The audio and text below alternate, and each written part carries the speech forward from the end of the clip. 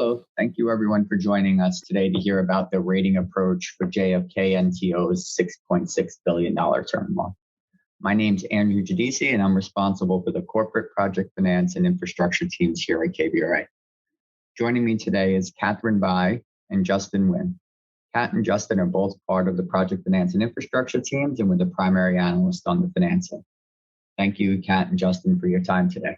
Kat, the redevelopment of Terminal 1 is the largest public-private partnership ever completed. It's definitely a unique project with some interesting features. Would you mind giving us a quick overview of the project and letting us know how this might differ from some others that were recently completed? Sure, Andrew. This is part of an overarching vision plan that has been in the works for a number of years to transform and redevelop JFK International Airport. This financing kicks off the first phase of the plan. This initial funding focused solely on the brownfield expansion of Terminal 1, which is one of two terminals at JFK that exclusively services international flights. The new Terminal 1 will be constructed on sites of the existing Terminal 1, as well as Terminals 2 and 3. Terminal 3 is already vacant and currently used for aircraft parking. Delta Airlines is planning to consolidate their operations at Terminal 4 and vacating Terminal 2 as part of this redevelopment. The existing Terminal 1 will continue to operate as usual throughout Phase A of new terminal's development, and then will be demolished once operations are officially transferred to the new terminal. At the end of Phase A, the new terminal will have 14 wide-body gates and 5 hard stands, which can be used for passenger boarding and deplaning. They will have the option to add more wide-body gates in future phases as demand grows. At maximum capacity, they will have space for up to 27 wide-body gates at the new Terminal 1. This project has a pretty unique financing structure. So it consists of a single 5-year term loan with 2 tranches, totaling a total of $6.3 billion, along with a $200 million liquidity facility, a $50 million working capital facility, and a $50 million security deposit facility. There's also an additional $2.3 billion of committed sponsor equity for a total Phase A financing of just under $8.5 billion. Since the bulk of the financing has a 5-year maturity, sponsors intend to incrementally refinance the debt and put long-term financing in place. They expect to begin issuing private activity bonds beginning in June 2024, ultimately convert the full term loan into long-term debt in a series of 3 issuances. Thanks, Kat. It really is a fascinating project. And obviously the pandemic has impacted global air travel. So it would be interesting to understand how you evaluated employment and volume given the current environment that we're in. Sure. So for the next few years, the project is actually going to be under construction. Under our rating case, we don't anticipate it reaching substantial completion until about halfway through 2027. So for the next few years, we're not as exposed to traffic risks. By the time operations actually transfer over to the new terminal, we expect that the traffic will have returned to 2019 or pre-pandemic traffic levels. So one of the benefits of the project's design is that this Phase A is really only focusing on gate replacement. Before the pandemic, the entire airport and Terminal 1 in particular lacked sufficient wide-body gates. So these are the gates that service larger aircrafts used for long-haul flights, which are crucial for an international terminal such as Terminal 1.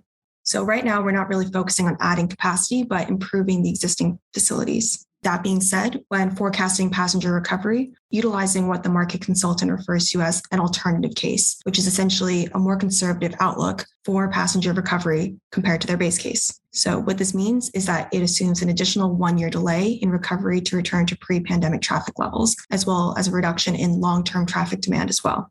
These effects do begin to level out around 2032, at which point the differences in these 2 cases are minimal. It's also important to remember that the New York City market is resilient and remains one of the most popular travel destinations in the world. It's an overwhelmingly destination and origin airport, which means that JFK is a final destination for most passengers rather than merely a stopping point. This sets the airport apart and makes it a particularly resilient market. What we're beginning to see as the vaccine has been rolled out and COVID restrictions are beginning to ease, we're starting to see a rebound in travel across the country. At the end of 2021, domestic travel was almost back to pre-pandemic levels, and we're seeing a continued increase. That being said, international travel has been slower to recover, given that there are still a number of countries that have travel restrictions as of the spring 2022, but we're seeing more and more of these restrictions being lifted over the past several months. And hopefully in the coming months, we'll have a return to pre-pandemic traffic levels.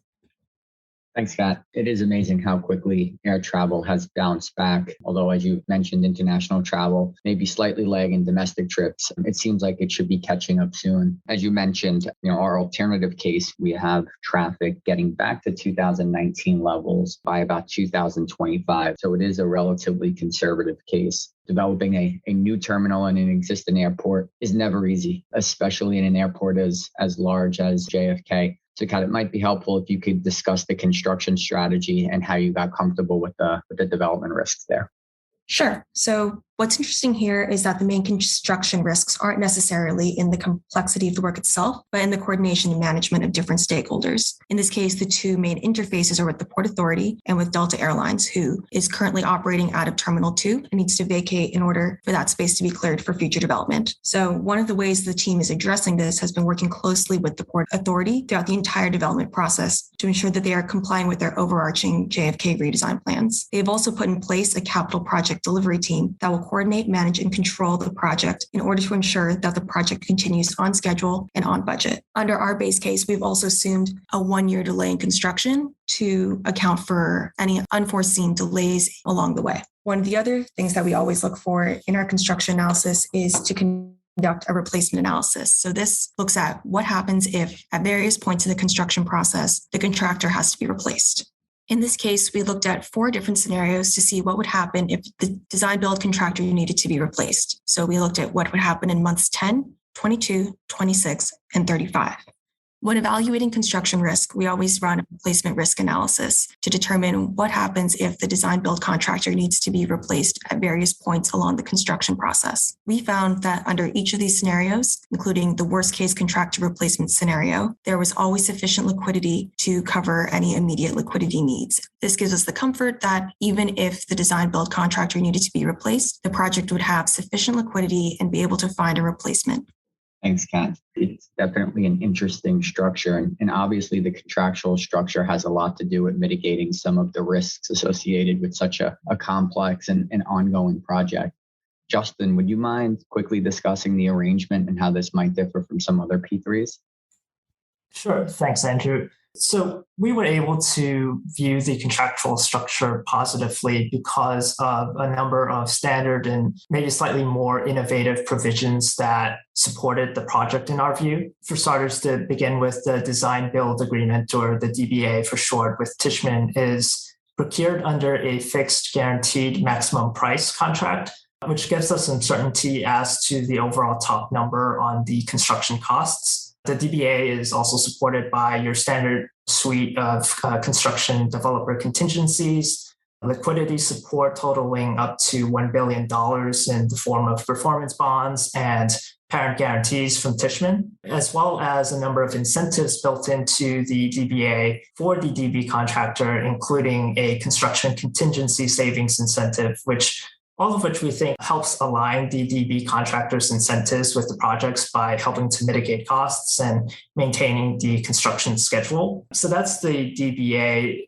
Additionally, under the lease with the Port Authority, the rents paid to the Port Authority following Phase 8 DBO have been structured to provide flexibility in support of debt service, which we certainly viewed positively. So this is a slightly unusual arrangement where they have essentially tranched out the rent into a base ground rent, along with 3 additional tranches of additional rent. This is a bit unusual because in typical project financing payment waterfalls, rent is usually considered a project cost, which ranks ahead of debt service. But in the case of this transaction, only part of the rent is paid ahead of debt service, that being the base ground rent, with the remaining 3 tranches subordinated to debt service. And then finally, the project also has the option to defer one of the tranches of rent to be paid as late as 2038. So essentially, they wouldn't have to pay that particular tranche until 2038.